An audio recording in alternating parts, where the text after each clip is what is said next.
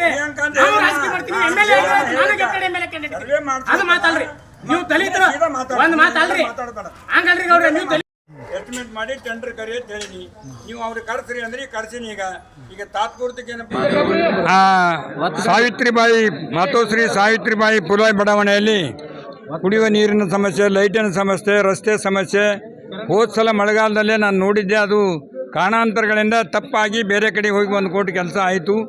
ಅಲ್ಲಿನೂ ಆಗಬೇಕಾಗಿತ್ತು. ಹಣದ ಕೊರತೆಯಿಂದ ಸ್ವಲ್ಪ ಲೇಟ್ ಆಗಿದೆ. ನಾವು ಹಣ ಇಟ್ಟಿದ್ದೀವಿ ಅವರಿಗೆ. ಈಗ ಎಲ್ಲರೂ ನಮ್ಮ ರಸ್ತೆ ಆಗ್ಬೇಕಂತ ಹೇಳಿ ಅಲ್ಲಿ ಅವಶ್ಯವಾಗಿ ಬೇಕಾಗಿರ್ತಕ್ಕಂಥದ್ದು ರಸ್ತೆಗಳೇ ಇಲ್ಲ. ಕೆಸರಲ್ಲಿ ಹೋಗಿ ಚಪ್ಪಲಿ ಕೈ ಹಿಡ್ಕೊಂಡು ಹೋಗ್ತಕ್ಕಂಥದ್ದು ನಾನು ನೋಡಿದ್ದೀನಿ.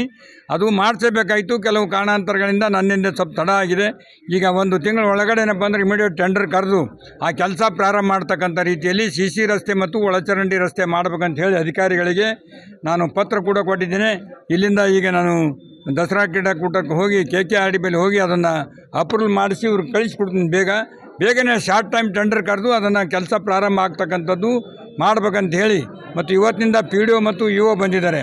ಅವರು ಕೂಡ ಮೋಟ್ರೇಬಲ್ ಆಗಿ ಹೋಲ್ಗೆ ಜನರಿಗೆ ಅನುಕೂಲ ಆಗ್ತಕ್ಕಂಥ ರೀತಿಯಲ್ಲಿ JCB ಹಚ್ಚಿ ಮುರುಮ್ ಹಾಕಿ ಏನೇನು ಕೆಲಸ ಮಾಡ್ಲಿಕ್ಕೆ ಅದನ್ನು ಮಾಡಬೇಕಂತ ಕೂಡ ಆದೇಶ ಕೊಟ್ಟಿದ್ದೇನೆ.